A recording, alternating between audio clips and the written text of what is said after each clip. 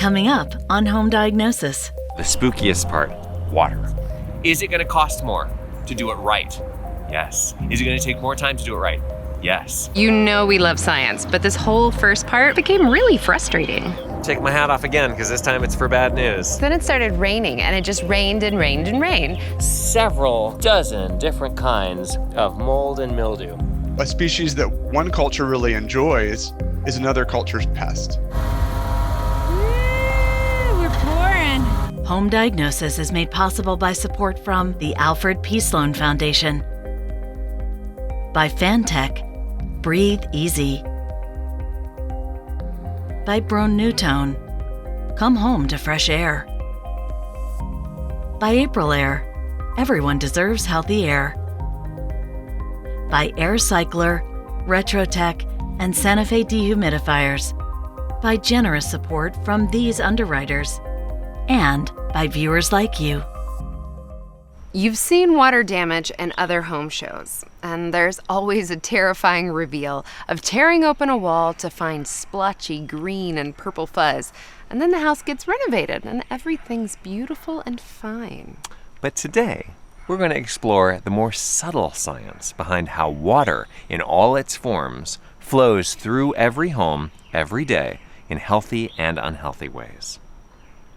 They say home is where the heart is. And we certainly put our heart into building our first house, so how hard could it be to build another one? I'm Grace. And I'm Corbett. In our TinyLab, we helped homeowners gain control of their homes through scientific testing. Now, as we build our forever home, we're testing ourselves. Even though we know a few things about the invisible dynamics of homes, we're teaming up with scientists and building experts to design and build a perfectly tuned home for our family. The physics, chemistry, and microbiology of a home might seem mysterious, but it doesn't need to be. While this is a personal story full of twists and turns, It's also the story of the science of homes. join us to unlock the mysterious science of your home too. So if you remember, day one, found some stuff in the dirt, had to go immediately over budget and behind schedule. And so we took out the trash, brought in new dirt, compacted it down, but that's not the end of the story. No, because then it started raining, and it just rained and rained and rained. And so poor Corbett is out there as the temperatures are starting to drop, literally wet vacking away the water so he can get to the earth. Is it going to cost more to do it right? Yes. Is it going to take more time to do it right? Yes. If I wanted to be really extreme, I would have erected a circus tent over this site, and I would have put a line of sandbags up the hill there to make sure that the water diverted. Everyone always either says, wow, you started your build at exactly the right time, or you started your build at the perfectly wrong time. The rain, especially in the wintertime, doesn't dry out, and I know now that we've been on this land a little while, it actually rains all the time here, so you could start whenever. The issue was that this was one of the rainiest months on record. And so when all that water is happening too, one of the interesting things that happens that our geotechnical engineer informed us is that if you step here about 5 feet away, the soil shifts, which is just something you don't even think about. Corbett did do things the right way. He placed a lot of fill in here, and we talked through the whole process when he was putting it in, so he's compacted it in layers, and everything was great. But it's like having a recipe to bake a cake. If you got the perfect recipe, but you eliminate some ingredients, you have a problem. So similar thing here. Things were done, but that's been a few weeks. We've had some weather, some activity with equipment and people Just walking around that has softened the upper 8 to 12 inches of soil directly beneath the footing. And the reason this is also important is because over there, the house will sit on rock. That's not gonna move. This stuff, if this all moves and that doesn't move, my house is out of true, and it's gonna start cracking and weird stuff is gonna happen, and now it's not structurally stable anymore. And I hate to be the bearer of bad news, but you will be calling me in 6 to 12 months and saying, why are my doors and windows not opening like they should? So we dug the entire strip footing down by 12 inches with a shovel and made sure the bottom of the trench was nice and hard before we packed gravel into the trench. Now we can pour the concrete footings that the entire weight of our house will rest on. Is the house gonna be heavy to move? Yes, this house will never, ever move. Forever. Why? Because we don't want it to move. We have a house that moves already. Most people's houses don't move. Did you know that? Why? Because other people are not as crazy as we are. Or they're crazy, but they hide it. There was just a rock right here. Second huge construction day on this build, pouring the foundation walls. But of course, the day after we poured, torrential rain, which now starts eroding the ground underneath my concrete foundation foot, which is supposed to be the foundation of everything that gets built on top of this. So of course, now I'm having a heart attack. These rocks that are underneath the footing are starting to get washed away because they're really good at being compacted, but they don't weigh much. Water is no joke. It will carry away anything you put in its way. So all of the rain that's falling uphill from us and the rain that's falling now inside the footprint of our house is trying to get out, and it's taking things that are in its way with it. The whole thing becomes a real race against the geography and the geology of what you're doing, which again is, there's your scientific ideas, but really when you get down to it, it's just a bunch of dirt and water doing what it wants to do. Big adventure, would not want to do it again. Dear Home Diagnosis, what's up with my crawl space? Is it supposed to be like this? Some builders had a great idea once for keeping homes dry. Build them up off the ground. You can see houses on piers at any beach, and it works. Then people started trying to hide stuff under their homes, so they asked for fences around the underside. Then we started installing the heating and cooling equipment and ducts down there, and we put up actual walls and called it a crawl space. And this is when we start doing the opposite of what we intended. Instead of making the home drier, we made it wetter. Now, any moisture evaporating from the dirt under the house, and there is a lot of it, can't escape to the outdoors, and it humidifies the house above, bringing with it gases and life forms in the ground too. So to try and combat this, we put vents in the walls and called it a vented crawl space. Research and testing since the 1980s has proven that this does not work the way it's supposed to. The idea is that if we flush it with outside air, the crawl space will be just like the outdoors, but with no animals, precipitation, or wind. This idea is terrific until you consider that the sun will never shine in the crawl space in humid months, which makes it cooler and makes it wet with condensation. Just like a cold drink on a hot day, the crawl space surfaces, especially any ductwork, will sweat. As we always explore in Home Diagnosis, homes have been changing for the past century, whether we know it or not. Bringing the crawl space inside is almost always the right way to go. It's important to have the right tools for testing dynamics and the right systems built into your home to control those dynamics. Hey guys, see these little spots? You see these nasty little things? I thought it was pollen. It's moving.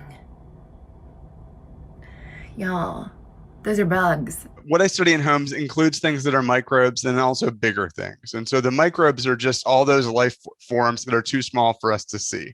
And so that world is a big part of what we study in the home. And it turns out that that world is astonishingly diverse. I think one of the interesting questions we can ask is, what's a pathogen or what's a pest? What's a good species? What's a bad species? A species that one culture really enjoys is another culture's pest. And so is a spider a pest? Well, I don't think a spider is a pest in a house, but most of the time a spider in your house is doing you a service. Spider bites are extraordinarily rare. Neighbor bites, far more common.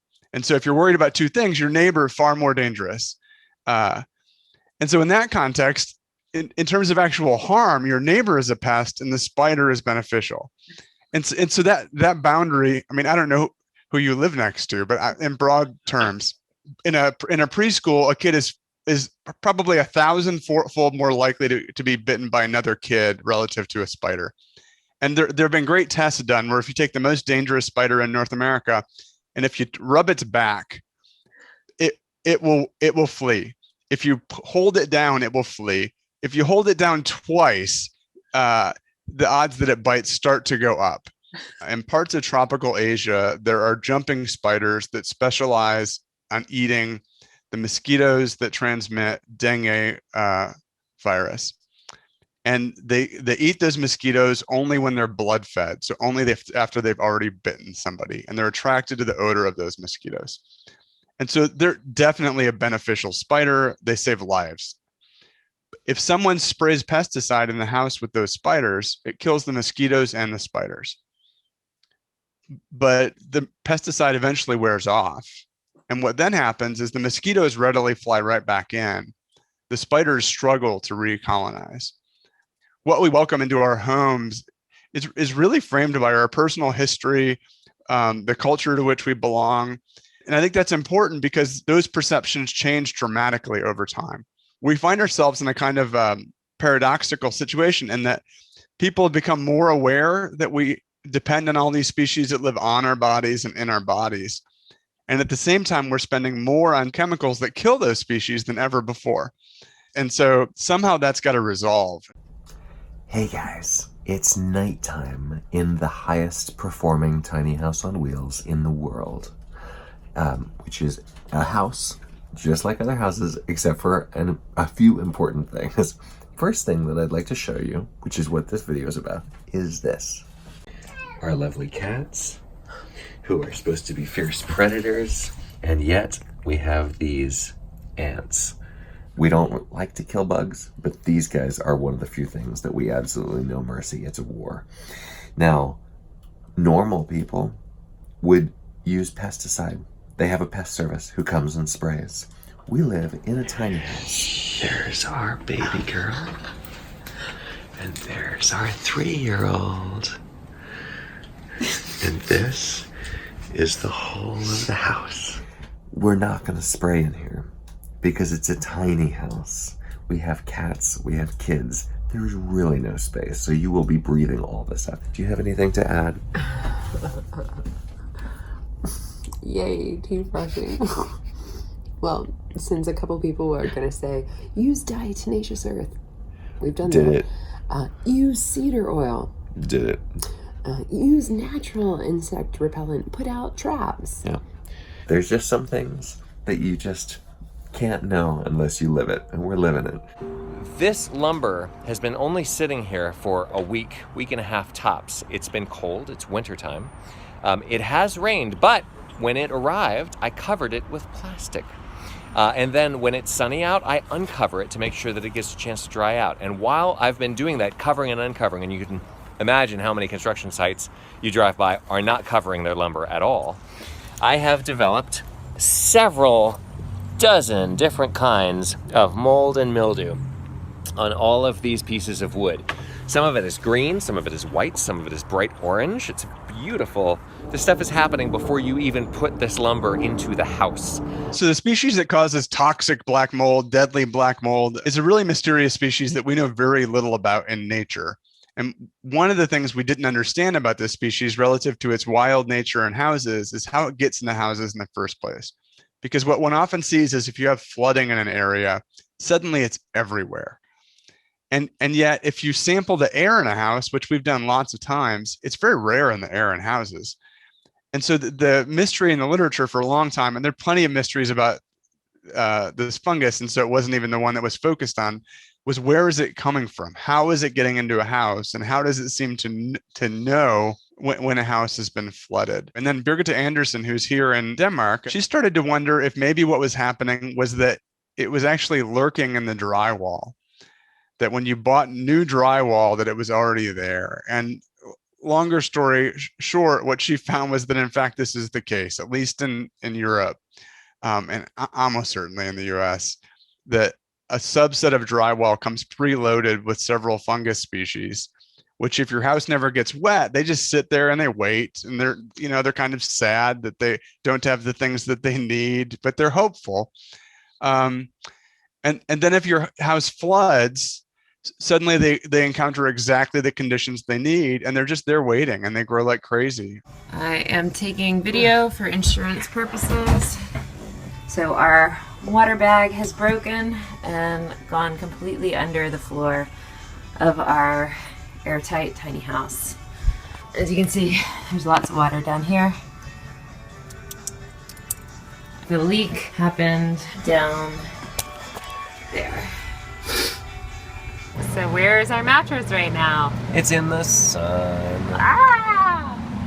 On top of our solar panels. And life is not always rosy. Suffering is part of life. Actually, good thing, we're in Phoenix, Arizona. It's the driest place this could possibly happen. And in case you can't hear us very well, it's because we've got two massive fans trying to dry all the water out from underneath the cork flooring, which is now going. We hope it goes.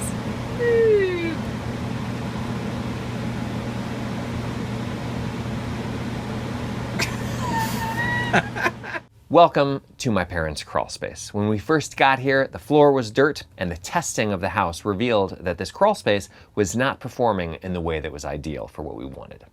Now, once we fixed the floor of the crawl space here with this beautiful white membrane, we made this room drastically drier, and we made it the coolest room in this entire house because the ductwork is down here and the ductwork is a little leaky, and so of course we got a lot of air conditioning spilling. We were able to jack the furnace up and slide this membrane underneath it to be able to get it continuous there, but we were not able to find an easy way to get this water heater out of the way to get this in. So the water heater is still sitting on a dirt floor.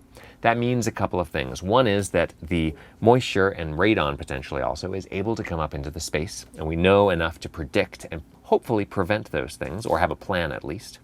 And the second thing is that all of the rest of the dirt underneath the membrane can potentially send its stuff out here because that seam where the plastic meets the dirt cannot be taped like the rest of it can. So now we can potentially pick up all of the rest of what's coming out of the dirt and concentrate it coming out right here. So this is our solution for right now. As you can see, this looks a little experimental. It doesn't look like a permanent install, and it's because it is an experiment. What we are doing with this fan right here is pulling air through this pipe and pushing it outside. This is called an inline fan. It's often used for radon mitigation systems. This is not a radon mitigation system for several reasons that we won't get into right now. You'll see a real radon system in our build. But this is a way to get the radon that is coming up into this crawl space where people are not walking around and living to leave the house. So essentially what we're doing is making the crawl space suck on the house and then exhausting air to outside rather than vice versa and having the house suck on the crawl space. Because of stack effect and the way that cool air moves down and warm air moves up, we've got some interesting dynamics happening just because of weather. But this is going to equalize that and make sure that we always have a depressurized space down here. Not an energy efficiency fix, but it is a performance fix because this is now helping us to control these invisible dynamics of physics and chemistry. There is no manual or best practice on how to do this. This is just playing around creatively with the four elements of home performance. So once we're monitoring the radon levels upstairs, that's where the proof is. To start thinking about drying a home, we first need to consider whether we want to dry the air or dry stuff, because those are two different things. Of course, if you watch Home Diagnosis, you know every home is a system. So the air and stuff in your home are interacting with each other all the time. But it's always best to know what the goal is. If you're aiming to dry the air, first seal against humidity coming in. Then make sure you're pushing out any humidity that's created inside, usually with showers or cooking. Keeping your stuff dry is really hard when there's water leaking anywhere, so obviously that's a big one. But what you might not have realized until now is that the moisture in the air gets pulled into the soft stuff in your home. And when you dry the air a bit, that moisture comes back out of the stuff and into the air. Yeah, the soft stuff in your house is like a battery for moisture. All of your furniture, your curtains, walls, rugs, beds, they're all soaking up moisture when your home gets humid, and they're saving it for later.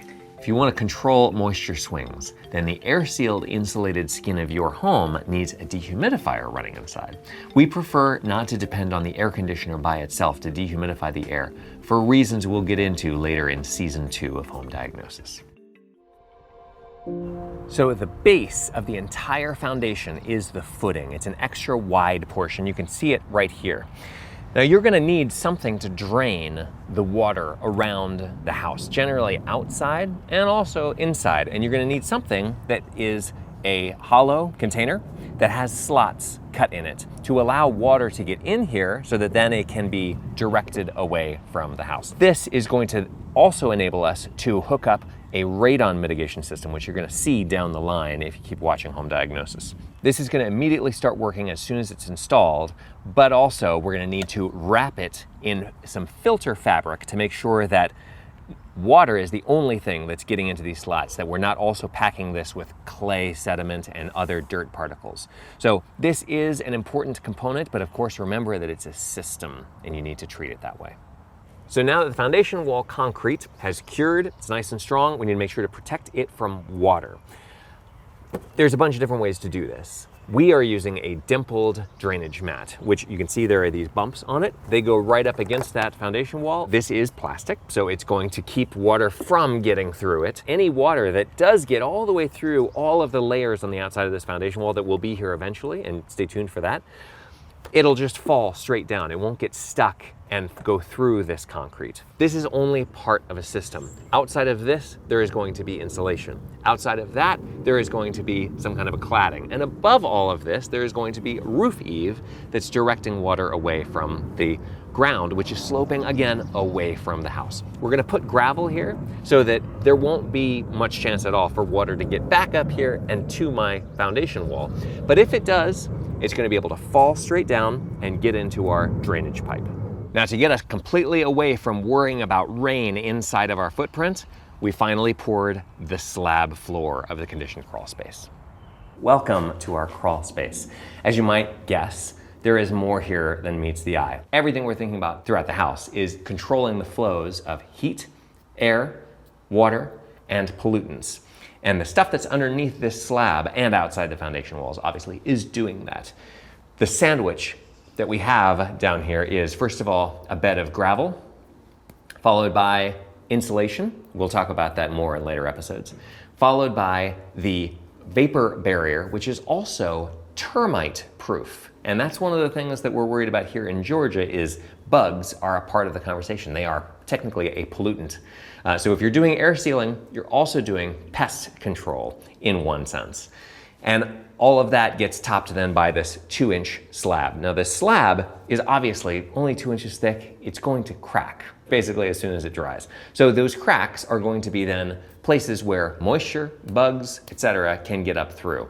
What you can see at the edges of the crawl space is the vapor barrier, which is stopping the movement of moisture in its vapor form up from the ground, which soil is one of the major places where you're gonna get a lot of water moving into your house. So if you have an open crawl space with a dirt floor, there's gonna be some moisture associated with that. We don't have to worry about that because we've got this continuous plastic layer right underneath this. We poured right on top of it. You can see that it's sticking out at the edges here, and we wanna make sure to tape that edge because now that is the only seam that remains in this conditioned crawl space. Ultimately, we're gonna have this space be exactly the same temperature and humidity levels as everywhere else in the house. So it'll be perfectly comfortable down here. It will be totally inside the house, which is what that skin is really for. But right now, while we're under construction, before we have the roof on, we still are vulnerable to rain getting on the floor and getting all the way down here, which is why I also have a dehumidifier, which is a pretty hefty one. It's what's going to be installed in this crawl space ultimately to dehumidify this entire house. And I have it running right now because the lumber that you see here above me was delivered, and potentially maybe it got a little wetter. It wasn't as dry as we thought when it first got here. Then I'm gonna enclose it in this space and not let the sun shine on it to dry it further. Then I'm gonna rain on this whole thing and I'm gonna have a lake forming in here. And unless I'm down here emptying that out on a regular basis, we're gonna have some moisture issues developing before the house is even finished with construction, which is why steps like this are ways of handling the physics and chemistry of the house while it's being built before you move in. In the last 10 years, I went on a major journey to better understand my gut health and learned about the amazing world of the microbiome in my own body. Now, as a mother of 2, I protect their health by making sure that they have a balanced gut full of good bacteria. For my girls, it mostly comes in the way of breast milk, kefir, and yogurt, but I also like other options for good bacteria like fermented foods and drinks. Our work alongside indoor chemistry researchers has shown us that even this house has its own microbiome, and it's much more complex than I had ever imagined. And what we do, like cooking and cleaning inside our house, can affect its microbiome. Just like drinking kefir can affect our gut health, there are billions of creatures breathing, eating, and working in our homes along with us. Be a good steward of your home's microbiome. Water flows through and around our homes in a variety of ways. Predicting and preparing for these can be a challenge, and accidents happen. It's just part of life. But if a home's materials can dry to the air in all directions, and if you can plan ahead to install sensors and machines to encourage drying and exhausting that moisture, you've got performance under control. Arm yourself with more education about all of this at homediagnosis.tv. See you next time.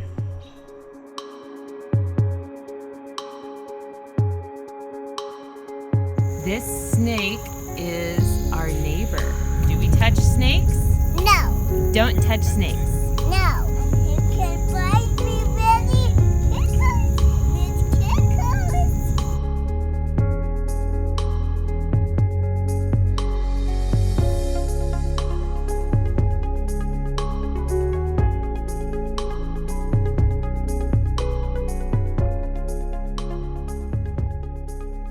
Home Diagnosis is made possible by support from the Alfred P. Sloan Foundation, by Fantech, Breathe Easy,